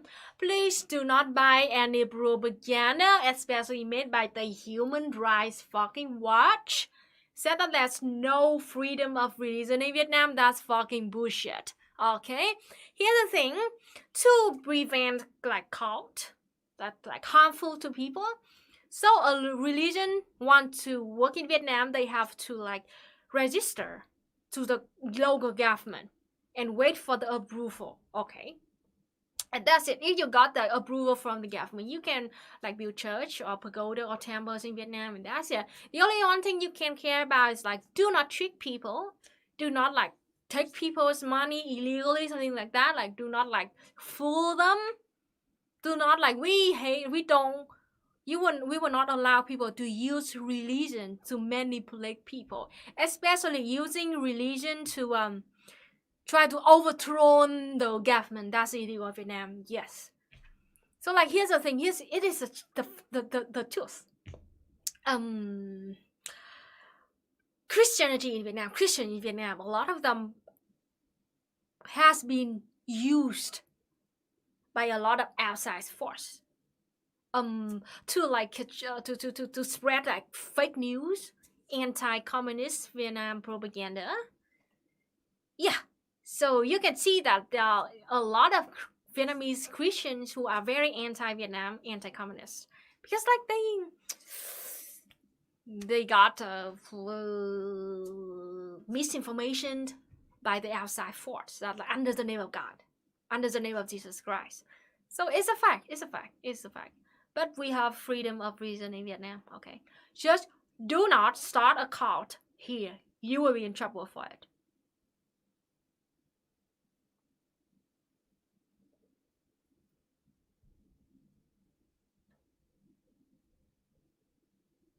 Ho Chi Minh is our uncle comrade.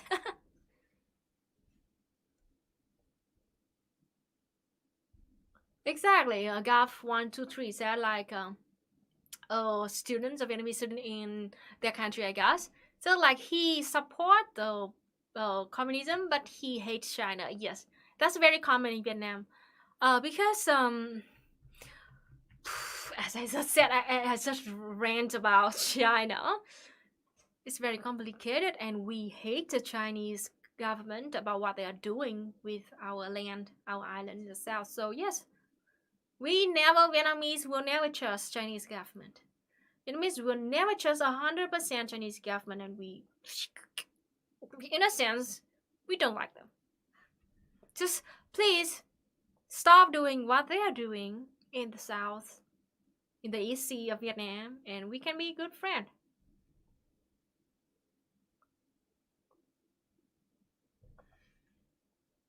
Huh?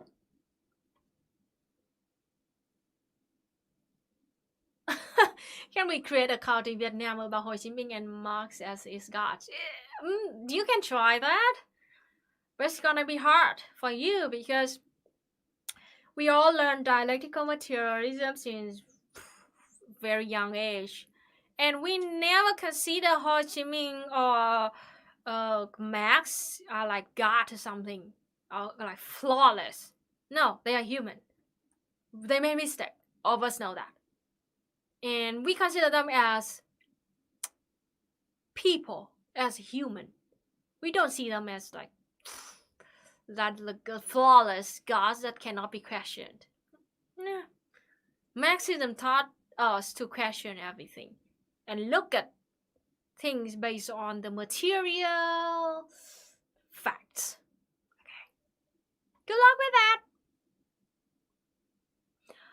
Vietnam and Laos are best buddies. The very, very best friend of Vietnam is Cuba. No one can argue against that. And the second best friend of Vietnam is Laos. Yes. So if there are any countries that Vietnam can truly trust, it is Cuba and Laos. That's it. Maybe North Korea, maybe it's very mystery about that. I am not giving you any guess about that, but I am sure that Vietnam can trust Cuba and Laos.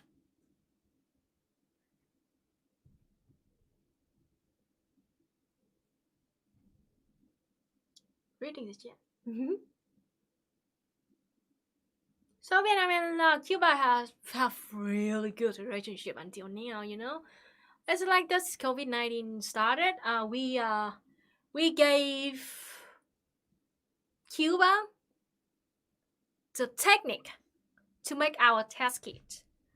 Talking again about test kit, we made this test kit, COVID-19 test kits in March. It's 100% accuracy, and it only takes like 80 minutes to have the exact result. So it's very good, and the price is 1/4, only 1/4 compared to the test kits that are being made in other 4 or 5 countries in the world. So like we had like really high technology, fucking cheap price, and we gave Cuba the technique how to make it. We didn't even give them just the test kit. We gave them the technique how to make it. Is very important, right? And in return, Cuba gave us a formula to a vaccine that Cuba came up with themselves. So it's like a very clear evidence of how like socialist countries should treat each other. There's no money in it. No, we gave them the technique of making test kits, COVID-19, and they gave them formula for a vaccine that very helpful for millions of people. The second example is like a few months later. I know exactly when, but like Cuba exported a lot of rice from Vietnam every year. Okay, and they owed us a lot of money because they could not afford it all the money at once, so they owed us a lot of money. And there was one day when our big leader found out that the Cuba owed us a lot of money, especially in the pandemic, something like this. And they found out that like the other people sold like just a new load of rice just got sold to Cuba with a normal price with the world, like just like the same price we are selling to the world. And that high leader got mad. He just like he asked all the other leaders to like gave Cuba a special discount and erase all the debt that Cuba owed us. So that's it. We gave them special discount on rice and erase all the debt that they owe us previously. So that is how the relationship between Vietnam and Cuba. And Vietnam and Laos also have a really good relationship, and we are like neighbors to each other. So my dad spent 10 years working in Laos in the 80s, and like that's like non-obligation aid from Vietnam for Laos. Even though like Vietnam was so poor at that time, the 80s just got out of the war with the USA. and we are being helped from the USSR, and then we immediately gave non-obligation aid to Laos. We still have a good relationship until now. Oh, yeah. I want to ask you, Brazilian comrades, how is the rice situation over there? My last update was about nearly a month ago, like when the rice still very expensive there, and like the lack of rice over there because like Bolsonaro exported all the rice to the US and told these people to eat noodle instead. Fuck. What's happening? What's going on right now? It's still very expensive like that? Oh my gosh.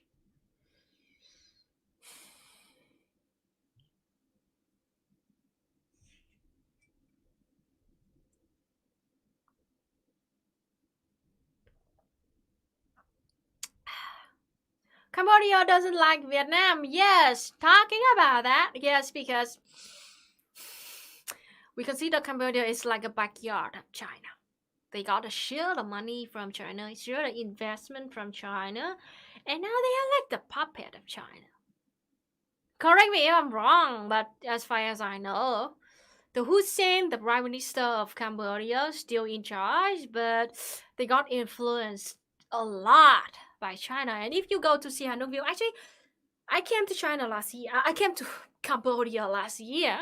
We went to Siem Reap. We went to Angkor Wat, and then we came to Sihanoukville.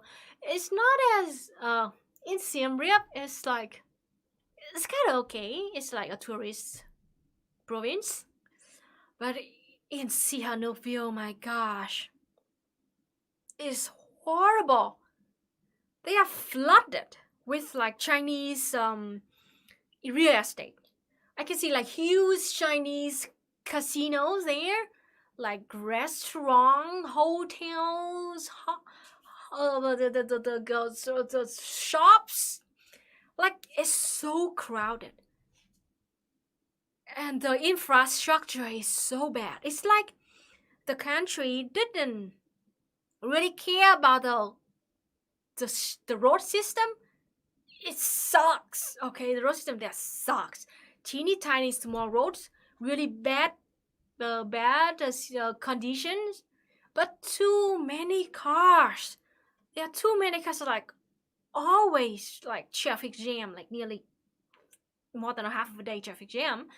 And like, can you imagine that like the teeny tiny alley like this and really shitty condition, like road quality, very shitty. But like this huge casino got the Chinese name on it. I could not even read because it's Chinese name. Huge casino, like luxury casino, right next to like a really dirty, flooded road, and like hotel and restaurants, like, and it's so sad.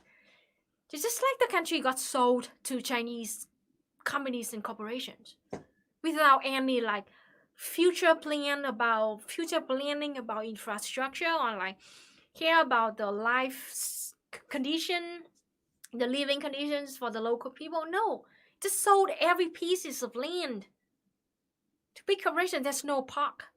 No, there's no public area. All so crowded.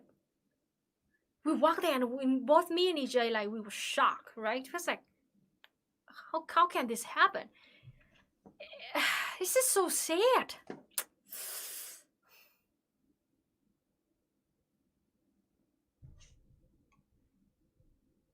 And like, if you know Brad Baird, who ran the Software Social Club channel, he had been to Cambodia like 6 or 7 years ago, and you know, like we compare the picture of each other. Like he also came to Sihanoukville, and he took the picture of the same park there, and we also took exactly the picture from that park, and then we compare those two pictures together. It's like it's totally different.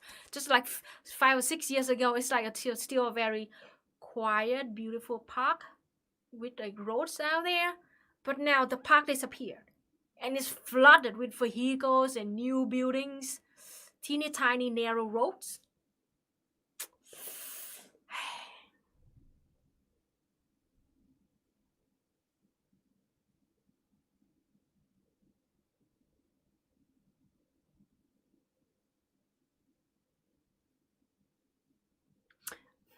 DPRK. Nobody knows anything about DPRK that is trustworthy, that is not from the US, like the Western propaganda. So I really hope that I can go to North Korea to live for maybe a few months.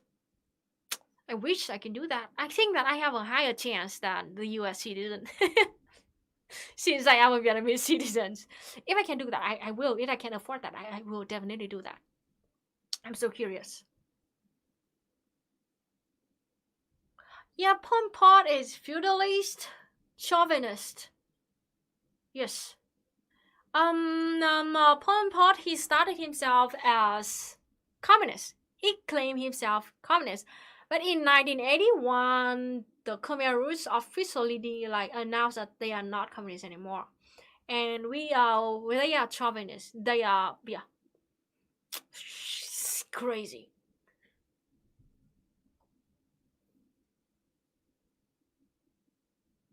Oh, thank you, Christian Forthun. Thank you so much.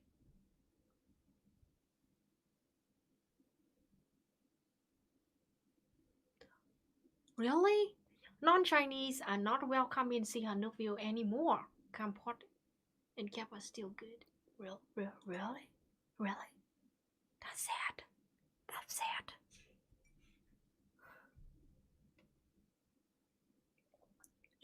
We are kind of over time.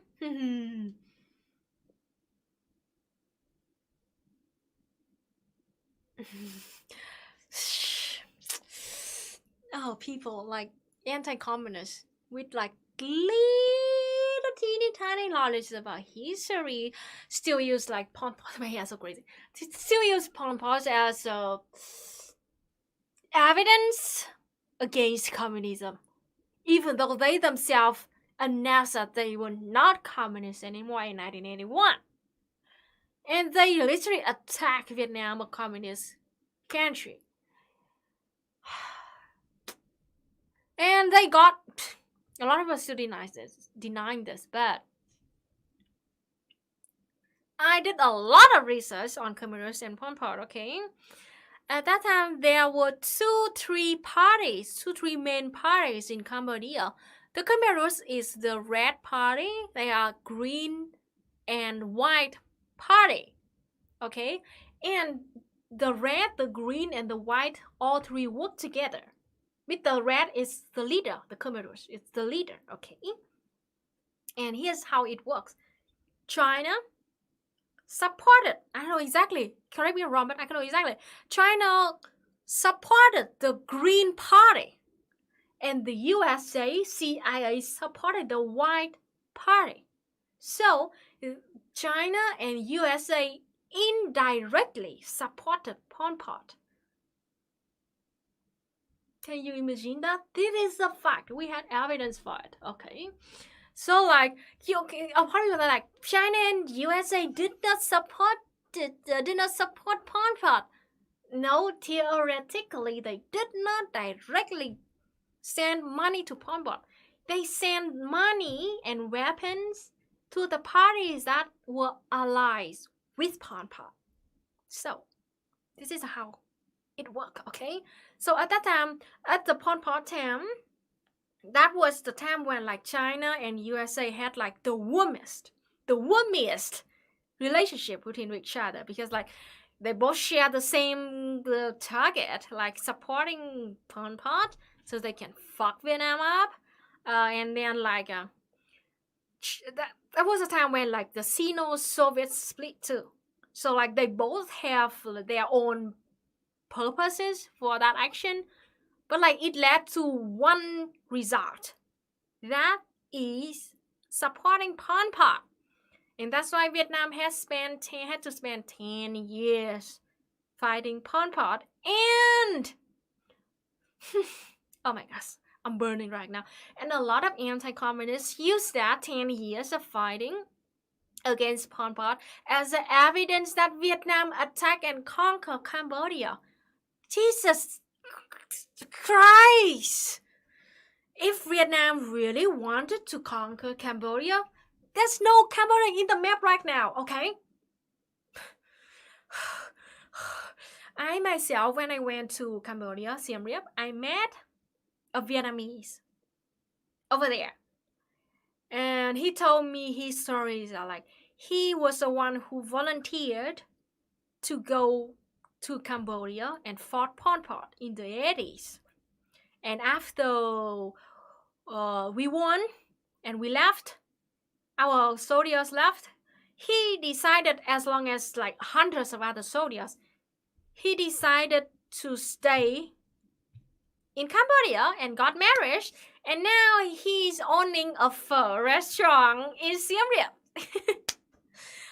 Though like he told me like we stay in Siem Reap for 5 days or something, and for the first 2 or 3 days I walked by his pho restaurant.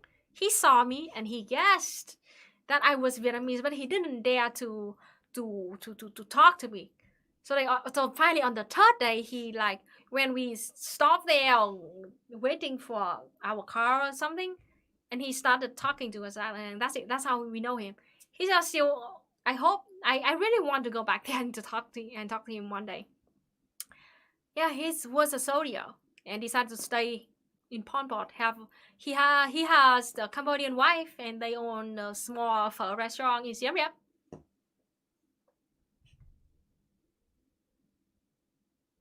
So like, if you watch the movie by Angelina Jolie, First They Killed My Father, you can, that's it says the truth about Vietnam. Like when like the Vietnamese, when like the end of the movie, when the Vietnamese soldiers came to Cambodia and like freed Cambodian people, yes, and then after 10 years we left. So yeah.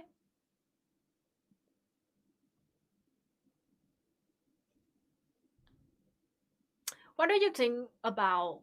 What do I think about the USSR, Phil? Yeah, we even talk about this. If you watch my video about the Vietnamese National Assembly last year, 2018 or 19 or something like that, we even talk about the collapse of the USSR in our National Assembly, and said like it was a fact that Vietnam got helped a lot by the USSR.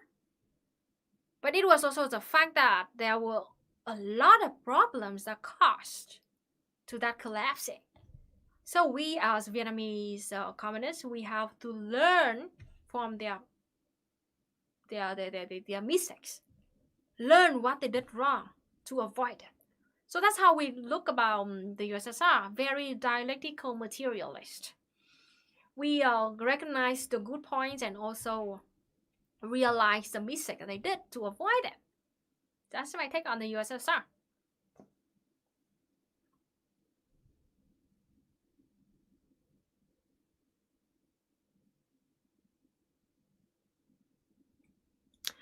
Is there anywhere an English speaker could view Vietnamese political debates? It's a sad thing for you that they are all available in only Vietnamese. Even though like we live stream, it's funny, for years already, we live stream all of our national meetings, and post it on the internet. But they are all in Vietnamese, so there's no English version for that, I guess. I don't know, maybe you learn Vietnamese?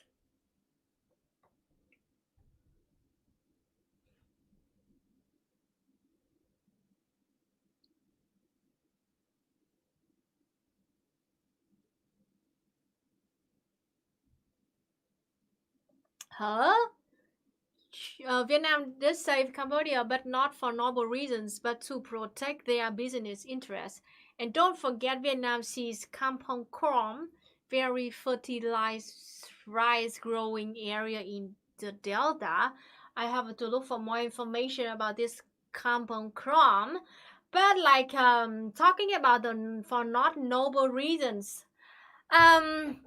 Yes, like from 1974 to 1979, for 5 or 6 years, Cambodia like brought like soldiers to the south and killed like the whole village of Vietnam. We still have monuments and museums to prove their crimes. So yes, we had to send soldiers to Cambodia for 2 reasons. First, to fucking stop them from killing our own people. Is this not a noble reason? Yeah, I think so. To protect ourselves first. And then, like, to free Cambodia is the second reason why. Okay? The first one is to stop them from killing our own people. Thousands of people had killed. The whole village has killed in the south of Vietnam. So, and I have to check more about the Cam Rong crimes, right? Something like that. But yes, that was the main reason why we fought Cambodia. We spent 6 years trying to talk to them, try to stop it from like through like diplomatic strategy, like try to talk to them, like try to reason with them, but no, they keep doing that. So 1979, we sent our army to Cambodia to stop them from killing our own people.